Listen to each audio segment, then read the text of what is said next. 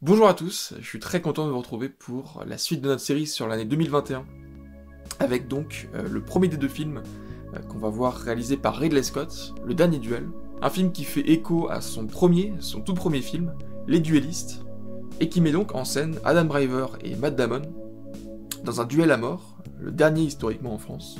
Et Matt Damon était à l'initiative du projet, avec son ami Ben Affleck, qui joue aussi dans le film d'ailleurs, et ils ont tous les deux écrit le scénario, avec aussi Nicole Holofcener. Mais ce qui va être intéressant, comme on va le voir, et comme j'ai pu l'indiquer dans le titre de la vidéo, c'est que le duel en réalité c'est une diversion, c'est à la fois l'intérêt principal de l'intrigue, et en même temps ce qui ne nous intéresse pas vraiment, on verra pourquoi.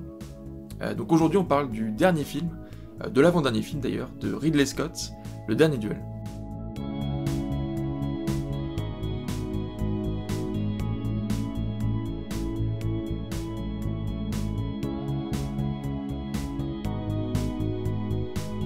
Alors pour une fois, j'ai envie de faire mon analyse de manière chronologique, parce que je trouve que c'est ce qu'il y a de plus approprié vis-à-vis de la structure, qui est en 3 parties, de manière assez explicite. Mais en réalité, on peut aussi penser que ces 3 parties en cachent en réalité 2, que j'ai mis en avant dans mon plan, et que vous pouvez retrouver dans les chapitrages de cette vidéo. Et la première de ces 3 parties, de ces 3 chapitres, puisque c'est annoncé comme ça, c'est la vérité selon Jean de Carouge, qui est donc interprété par Matt Damon, qu'on reconnaît difficilement au départ avec son mulet et son bouc, qui va incarner ce personnage téméraire et loyal, à la fois vis-à-vis de son pays, mais surtout de ses amis, notamment Jacques Legris, interprété par Adam Driver, dont il sauve la vie dans l'une des premières scènes. Mais en réalité, avant cette partie, il y a un prologue, en quelque sorte, qui nous présente le duel. On comprend vite que c'est ce qui va sûrement être la fin du film, qui va nous être présenté comme le climax. Et donc cette amitié entre Carouge et Legris, elle va avoir une saveur particulière, une saveur étrange, parce que c'est presque comme si on connaissait déjà la suite, même si, comme pour moi, on n'avait rien lu, rien vu avant de découvrir le film. Et rapidement, leur amitié va se déliter, lorsque le comte Pierre II d'Alençon, interprété par Ben Affleck, va offrir plusieurs privilèges à Legris, qui vont donner l'impression que Carouge est la victime des amitiés entre Legris et le comte, ce qui est d'autant plus frustrant que Carouge est quelqu'un de loyal, comme on l'a déjà dit. D'ailleurs, Carouge, c'est presque un anagramme de courage. Je sais pas si c'est quelque chose d'évident pour tout le monde, ou si j'ai été un des rares à le remarquer, mais ça va être un des traits importants du personnage. Alors certes, c'est le nom du personnage d'origine, qui est tiré du nom d'une ville d'ailleurs, mais ça a du sens, je trouve, dans l'histoire. Et là où Carouge va apparaître donc comme un homme plein de vertus, Legris va se montrer beaucoup moins vertueux pour le coup. D'ailleurs là aussi, il a un nom qui le définit, c'est assez drôle. Et ce qui va bien le définir aussi, c'est ses premiers mots, son premier mot d'ailleurs pour être exact. Dans le prologue, quand on l'habille pour le duel, et qu'il demande qu'on lui serre ses vêtements, il dit juste « Tyler », de manière assez autoritaire. Et ce que je trouve génial dans ce mot, et la manière dont c'est dit surtout, c'est qu'en un mot, on a énormément d'informations sur le personnage.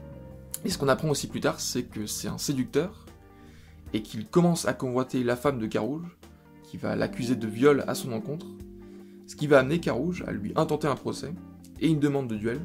Et c'est après cette demande que commence la deuxième partie. Et c'est à ce moment-là qu'on se souvient d'ailleurs que il s'agissait de la vérité selon Jean de Carouge, et que maintenant c'est la vérité selon Jacques Legris. Et soudain, Carouge, qui apparaissait comme la perfection faite homme, va devenir un homme jaloux, envieux et belliqueux, ce que n'est plus tellement Jacques Legris, qui devient son défenseur devant le comte par exemple. Mais la version de Legris, c'est peut-être la moins intéressante, mais elle arrive au milieu, et elle présente surtout l'intérêt de contenir peut-être la scène la plus attendue, c'est la scène de viol, qui se trouve d'ailleurs au milieu du film précisément. On sait que c'est quelque chose de souvent d'important dans les films, on en avait déjà parlé sur Barry Lyndon et Shining. Alors c'est la partie la moins intéressante, parce que la principale excuse de Legris, c'est qu'elle-même le convoitait, et que ce n'était pas un viol puisque c'était consenti. Et c'est quand même une idée aujourd'hui qu'on a du mal à accepter. Alors c'est peut-être ma perception, ma vision du film, qui est biaisée, mais j'ai l'impression que même avec cette défense, on peut pas se résoudre à changer notre vision, notre subjectivité. Une chose que j'avais pas remarqué par exemple, quand je l'avais découvert au cinéma, c'est le fait qu'ils se parlent en allemand à un repas, ce qui montre leur connivence, parce que oui, je l'ai pas dit, mais ils ont une certaine connivence intellectuelle, et donc là je trouve on a le vrai duel du film, un duel de la vérité, entre deux hommes qui pensent chacun avoir été innocents. Mais ça c'est avant donc la troisième partie, la vérité selon Marguerite de Thibouville, interprétée par Jodie Comer, la femme de Jean de Carouge, et au fond, la principale intéressée de cette histoire. Parce qu'au début on est projeté en pleine France moyenâgeuse, et on se demande pourquoi cette histoire au fond, et puis on comprend rapidement que cette histoire en fait est très contemporaine, est liée à nos problématiques actuelles, et donc je trouve que tout l'intérêt du film, c'est justement de déplacer l'attention du spectateur sur ce duel. D'ailleurs le film s'appelle Le Dernier Duel. Ce qu'on met en avant, c'est cette confrontation entre deux hommes, à travers la notion d'affrontement, de duel, alors qu'en fait le plus important finalement, ce qu'on va retenir tous en sortant de la salle, c'est cette femme qui est au centre de l'histoire. Peut-être d'ailleurs que le rôle de Marguerite est le plus intéressant du film, c'est ce que je me suis dit en sortant de la salle.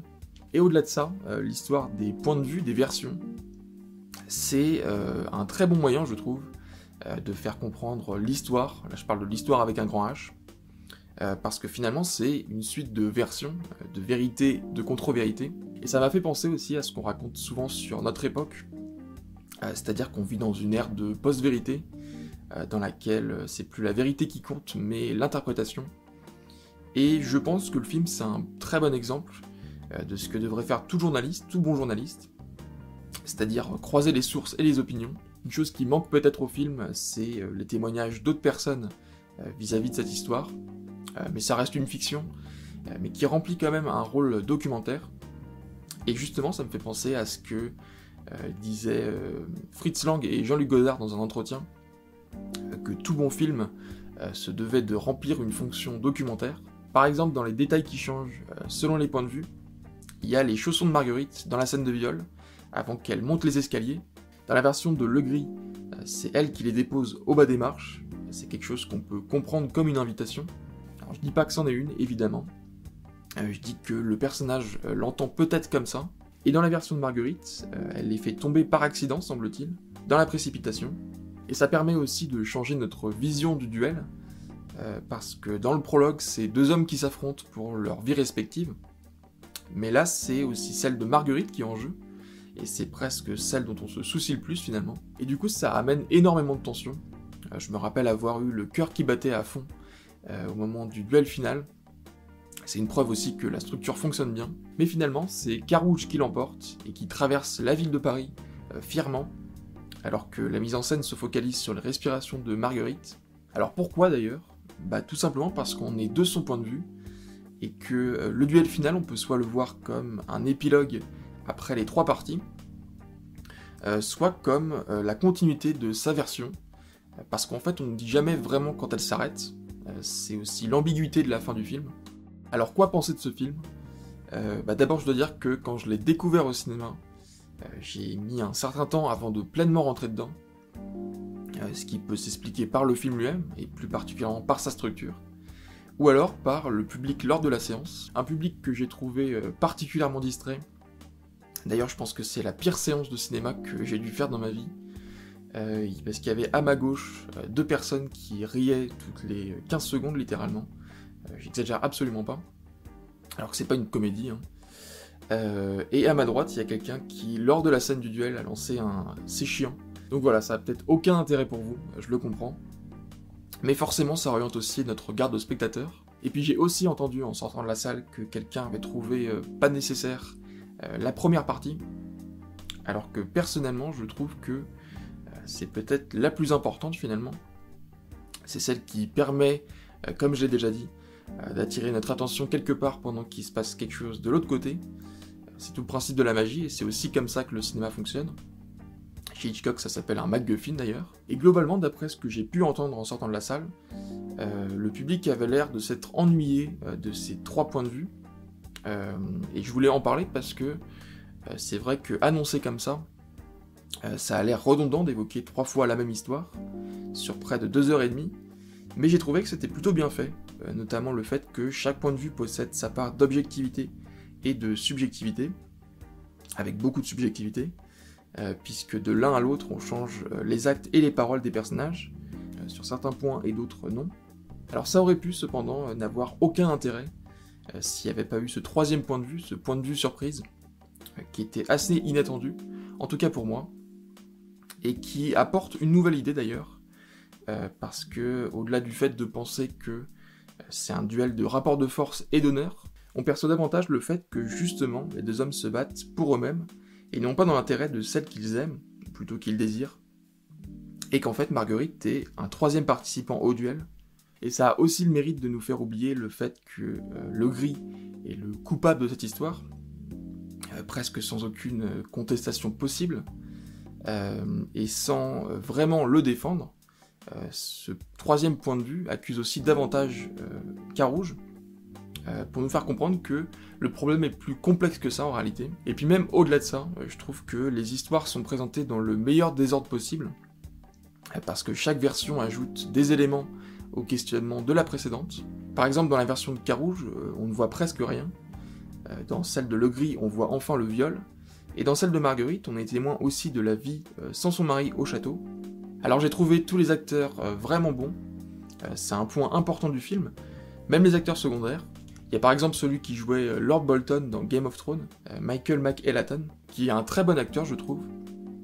Et puis mention spéciale pour Jodie Comer, qui interprète donc Marguerite, et que j'ai trouvé vraiment très très juste, même plus que ça. Et évidemment Adam Driver qui est exceptionnel, mais ça c'est comme d'habitude.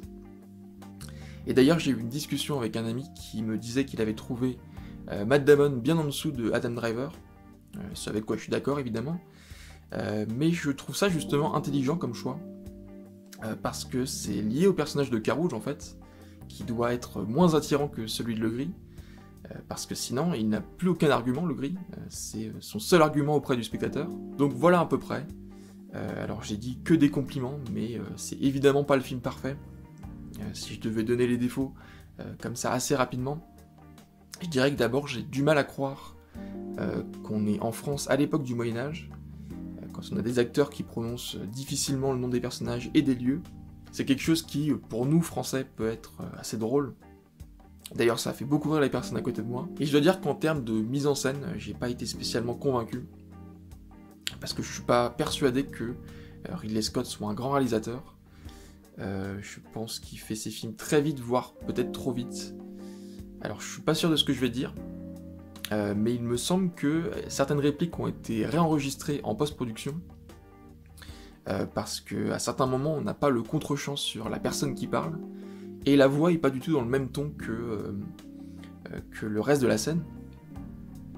Et donc c'est pas quelque chose de vraiment très grave, a priori, mais ça montre pas un grand soin accordé au film et une grande attention lors du tournage. Et puis j'ai pas trouvé non plus la scène de duel très réussie. Là c'est un moment où la mise en scène doit se surpasser pour le bien du film. Et c'est quelque chose de tellement attendu, parce qu'à chaque fois on s'arrête avant dans les versions, que c'est peut-être forcément déceptif, je sais pas. Donc voilà pour mon analyse et mon avis sur le dernier duel. J'espère que ça vous aura plu. Il y aura la vidéo sur House of Gucci qui sortira dans un mois à peu près, dans laquelle on aura l'occasion de reparler de Ridley Scott et Adam Driver notamment. Et la prochaine, ce sera la suite de la rétrospective sur Tarantino, avec donc Pulp Fiction. Et d'ici là, moi je vous dis à très vite.